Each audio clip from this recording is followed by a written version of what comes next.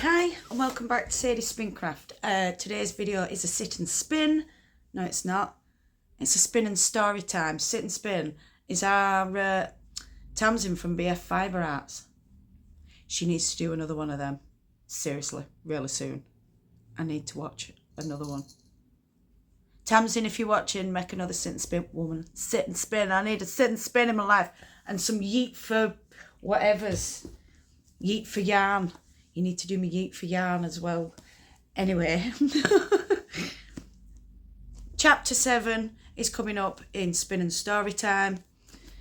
I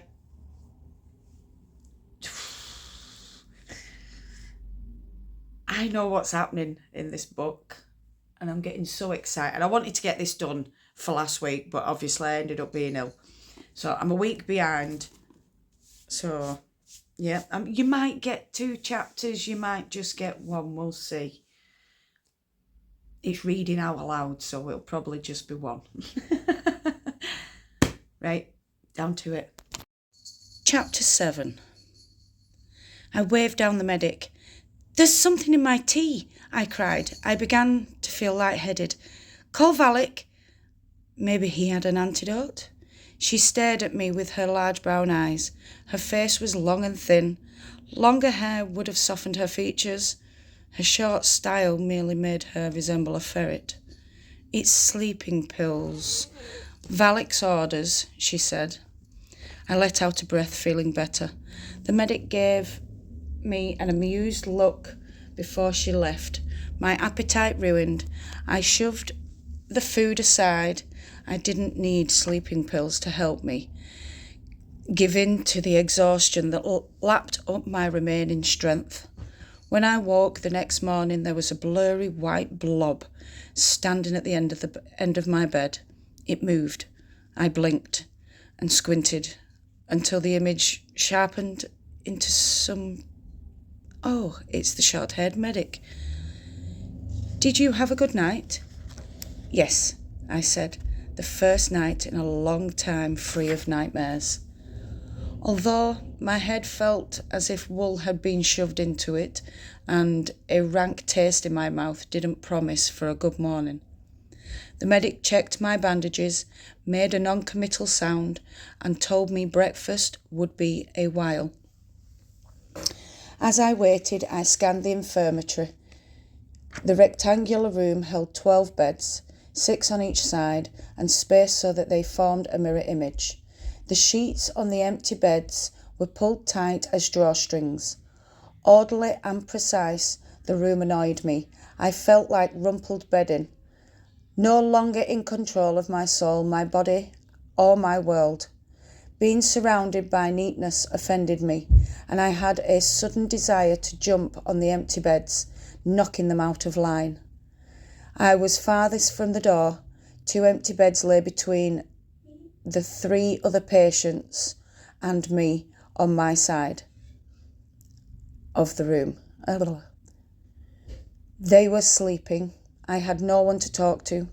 The stone walls were bare. Hell, my prison cell had more interesting decorations. At least it smelled better in here. I took a deep breath. The clean, sharp smell of alcohol mixed with disinfectants filled my nose. So different from the dungeon's fetid air. Much better. Or was it? There was another scent intermixed with the medical aroma. Another whiff, and I realised that the sour odour of old fear emanated from me. I shouldn't have survived yesterday. Brazil's guards had me cornered. There was no escape. Yet I had been saved by a strange buzzing noise that had erupted from my throat like an unruly, uncontrollable offspring. A primal survival instinct that had echoed in my nightmares. I avoided thoughts about the buzz because it was an old acquaintance of mine. But the memories kept invading my mind. Examining the past 3 years, I forced myself to concentrate on when and where the buzzing had erupted and to ignore the emotions.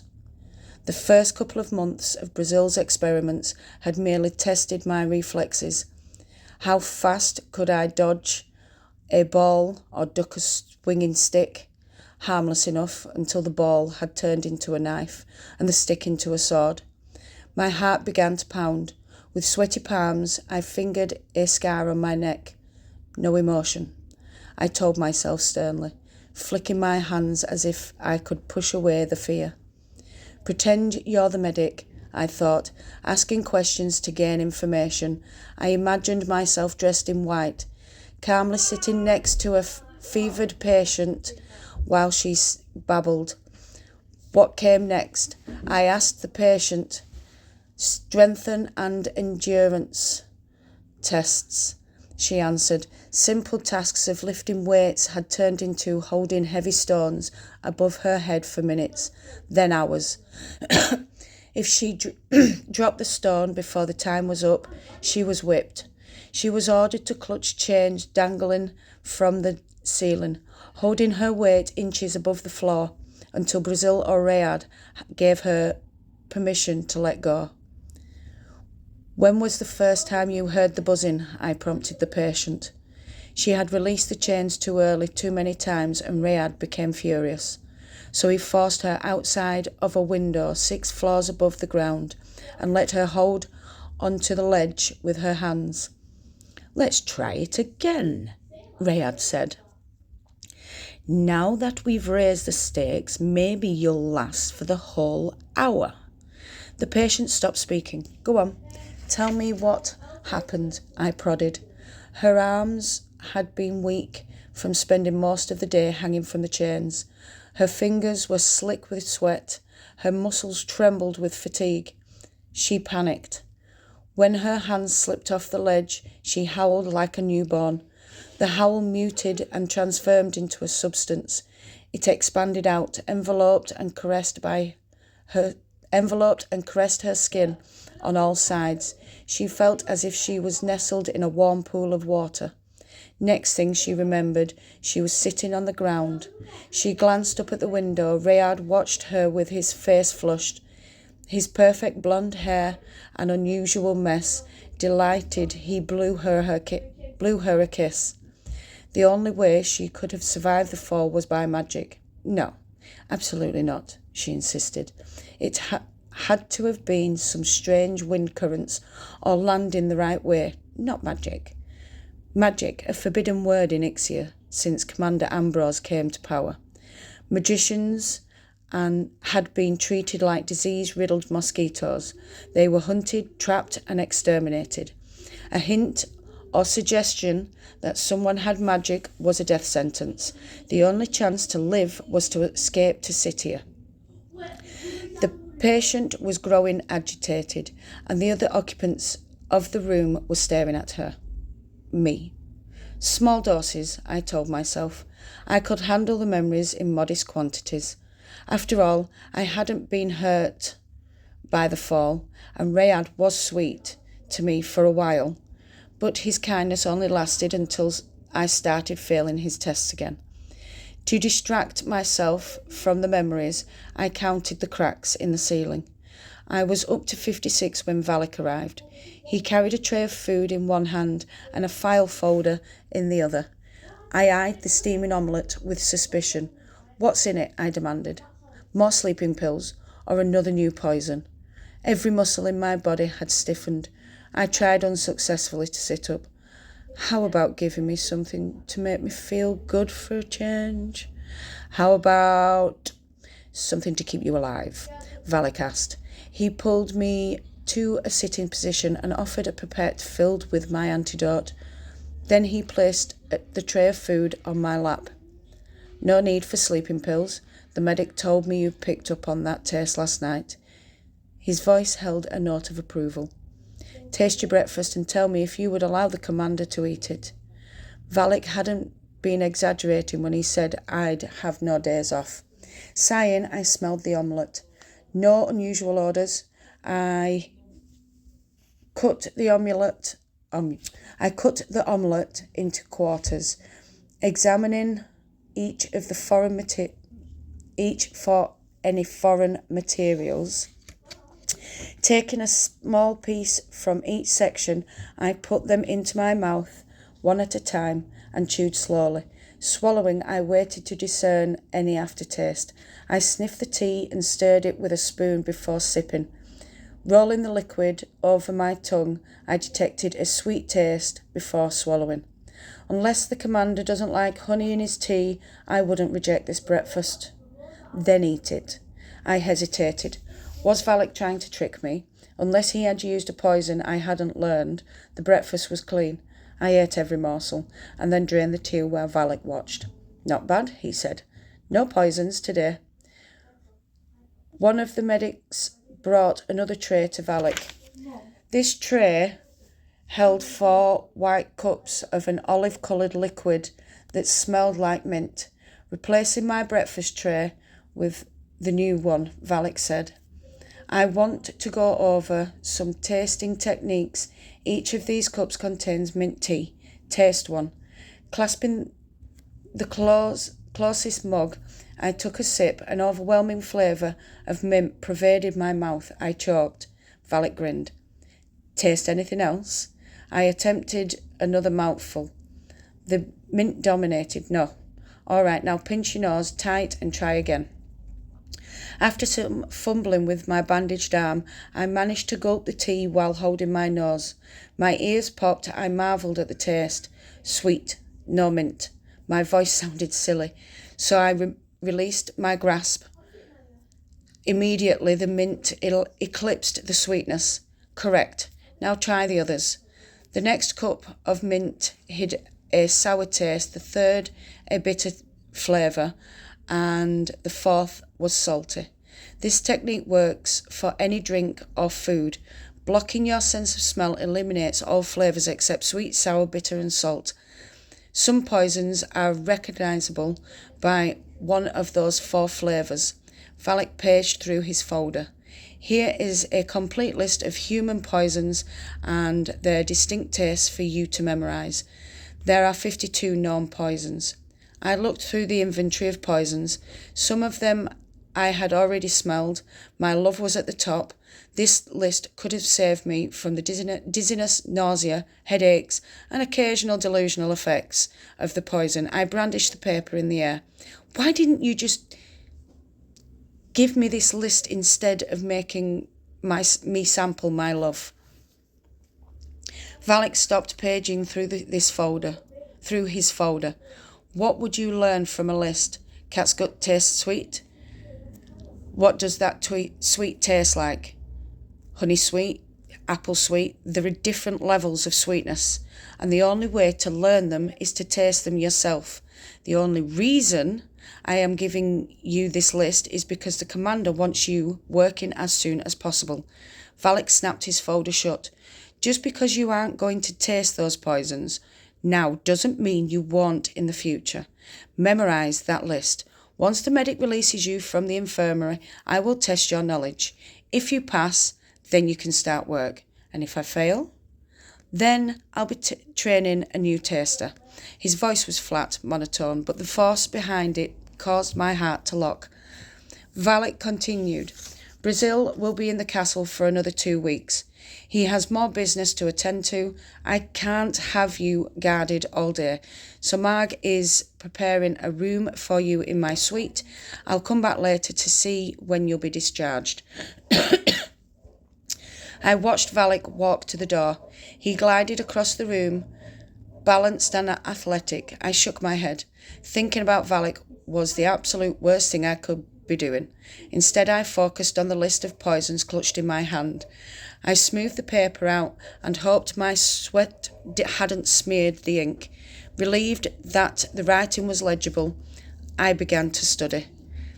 I barely noticed when the medic came to check my arm. She must have taken the tray of teacups because it disappeared from my lap. I had blocked out all the noise and commotion of the infirmary so that I jumped when a plate containing a round pastry was thrust under my nose. The arm that held the plate led to Rand. His grin was gleeful. Look what I smuggled past medic mummy. Go ahead, eat it before she comes back. The warm dessert smelled like cinnamon. Melted white icing dripped down the sides, causing the cake to stick to my fingers when I picked it up. I examined the pastry closely, inhaling the aroma in search of a foreign smell. One small bite revealed multiple layers of dough and cinnamon. My God, Yelena, you don't think I'd poison it? Rand's face was pinched tight, as if he was in pain. Exactly what I'd been thinking, but admitting it to Rand would offend him. His motives for being here were unclear. Seeming nice and friendly, he could be holding a grudge over his friend Oskov, the previous food taster. But then again, he was a potential ally. Who better to have on my side? Rand, the cook, whose food I would be eating on a daily basis, or Valak, the assassin who had a nasty tendency of poisoning my meals? Occupational hazard? I tried. He grunted, still put out. I took a big bite of the pastry. Wonderful, I said, appealing to his ego to give me another chance. Rand's face softened. Good, isn't it? My latest recipe. I take a long strip of pastry dough, cover it with cinnamon, roll it up into a ball, bake it, and then spread the icing on while it's hot. I'm having some trouble with the name, though. Cinnamon cake, ball, swirl.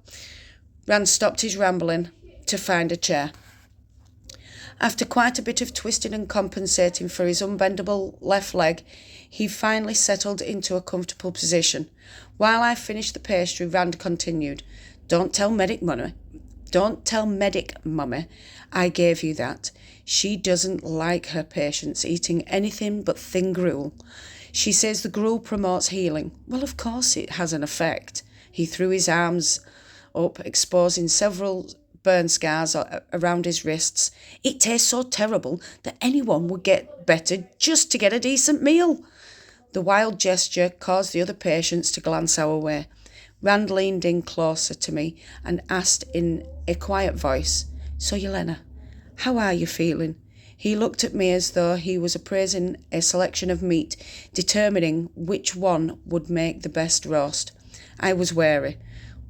Why would he care? Gambling again? I asked. He leaned back. We're always gambling. Gambling and gossiping is all we servants do.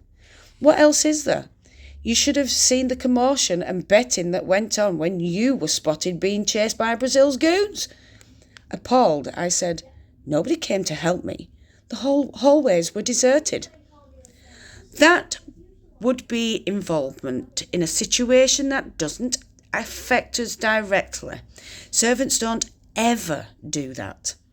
We're like cockroaches scurrying around in the dark. Rand's slender fingers waggled. Shine a light, poof! He flicked his long fingers for emphasis. We disappear. I felt like the unlucky cockroach that got caught by the light, always scrambling to stay one step ahead while the shadow of a boot crept closer. Anyway, the odds were against you. Most lost big, while only a few, Rand paused dramatically, won big. Since you're here, I suppose you won big? He smiled. Yelena, I'm always going to bet on you. You're like the commander's terriers. A tiny yappy dog you wouldn't look at twice, but once it grabs your pant leg, it won't let go. Poison the dog's meat and it won't bother you anymore. My sour tone deflated Rand's grin. Trouble? Surprised that the Castle Gossip Network hadn't already started laying odds about Valak's test, I hesitated. Rand liked to talk, and he could get me in trouble. No, it's just being the food taster and all. I hoped that would satisfy him. Rand nodded. He spent the rest of the afternoon alternating between reminiscing about Oskov and digressing about potential new recipes. When Valak appeared, Rand stopped talking. His face paled, and he mumbled something about having to check on dinner. Lurching from his chair, he almost toppled in his haste to flee the room. Valak watched as Rand staggered out of the infirmary. What was he doing here?